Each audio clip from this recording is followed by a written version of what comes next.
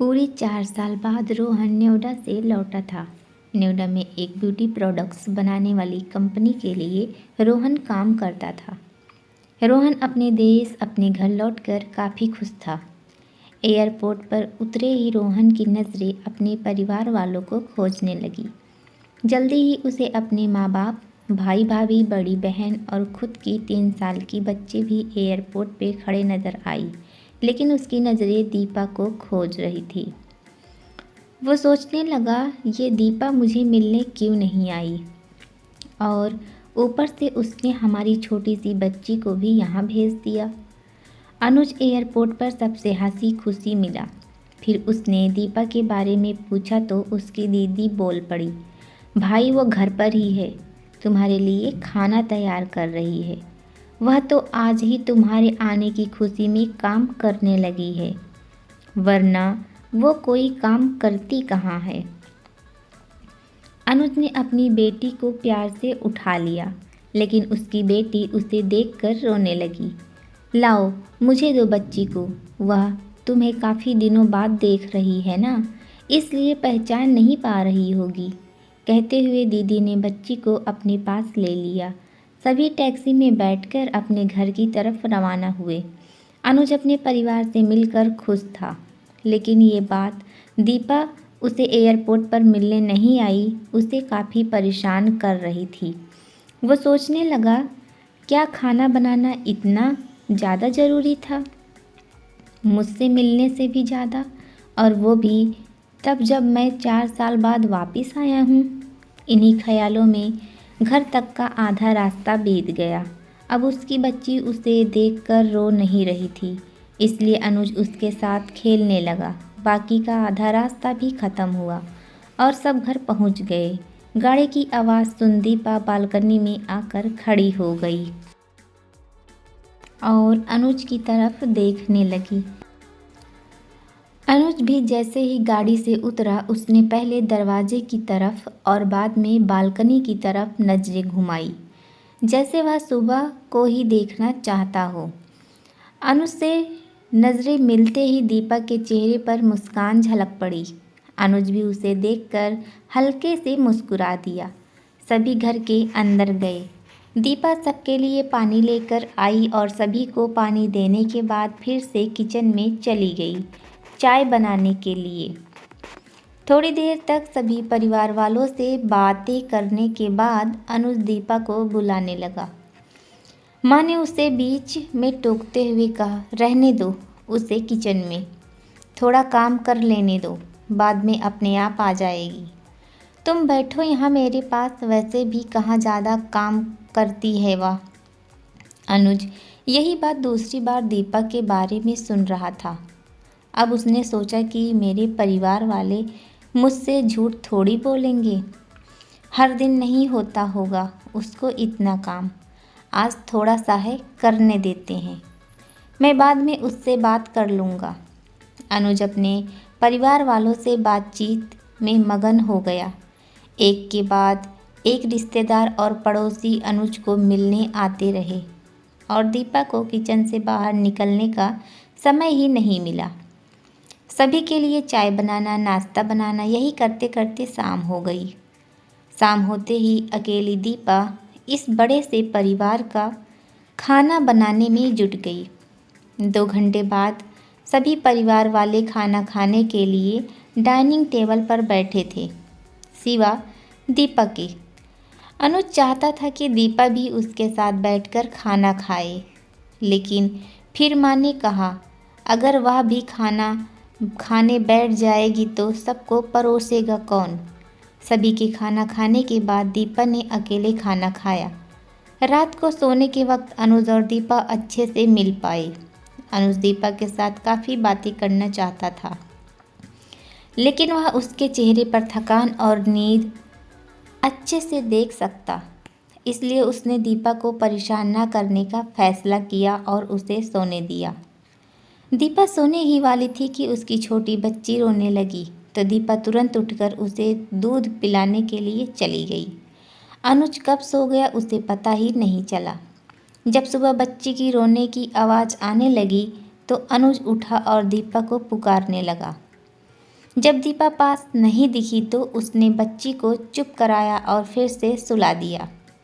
अनुज बाद में दीपा को देखने लगा तो दीपा उसे फिर से किचन में मिली, जो सुबह सुबह ही जल्दी उठकर घर वालों के चाय नाश्ते की तैयारी में लग गई थी। अब अनुज सोचने लगा, माँ और दीदी तो कहती थी कि दीपा ज़्यादा काम नहीं करती, लेकिन जो मैं देख रहा हूँ वो तो कुछ और ही है। अनुज अब सब समझ गया था, पर वह अपनी माँ को ऐसा नहीं बोल सकता था कि दीपा से ज़्यादा काम न कराया करो। इसलिए अब उसने खुद ही दीपा की मदद करना शुरू कर दिया था। अनुज के हाथ बटाने से दीपा को थोड़ा अच्छा लगने लगा था। पहले जहाँ उसका चेहरा थकान से उतरा रहता था, अब उस पर थोड़ी थोड़ी चमक आने लगी थी।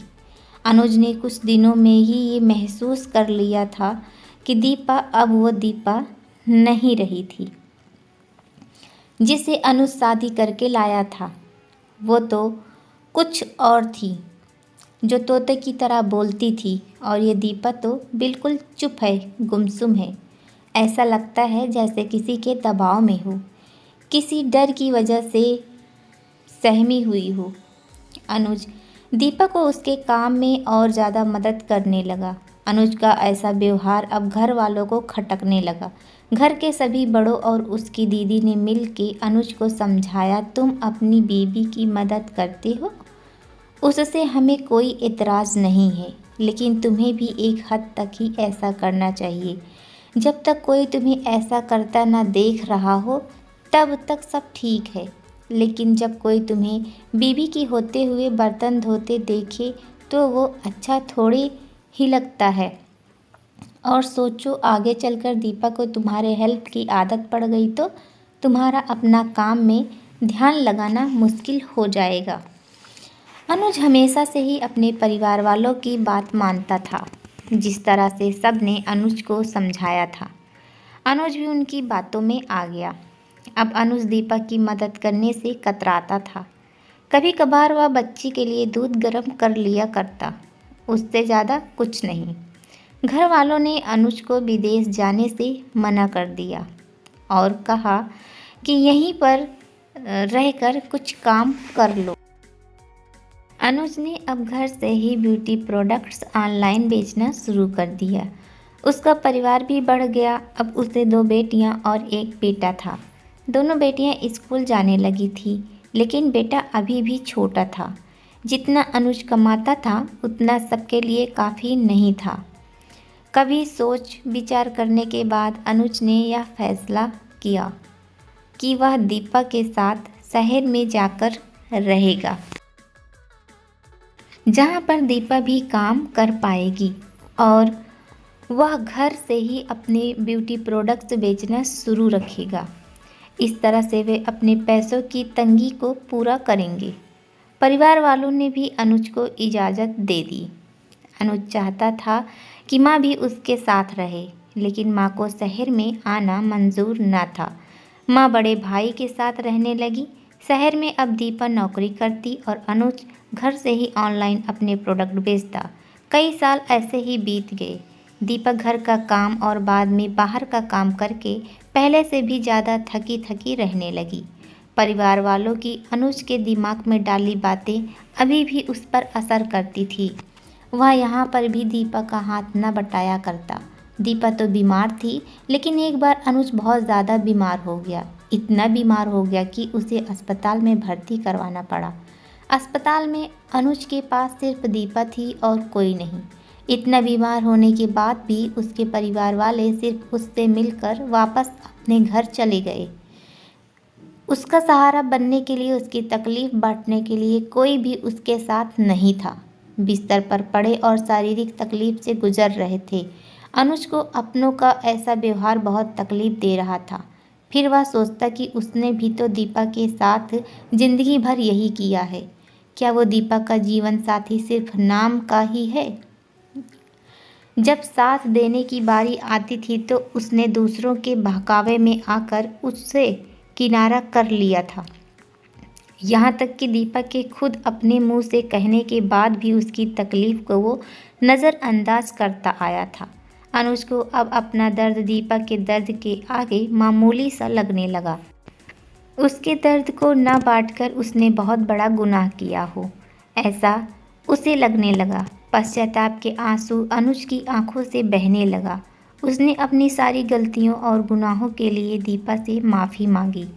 दोस्तों, जीवन साथी का मतलब होता है जीवन के हर उतार चढ़ाव में, जीवन के हर मोड़ में जो साथ दे। साथ होने और साथ देने में उतना ही फ़र्क होता है जितना सिर्फ वादा करने में और सचमुच वादा निभाने में होता है।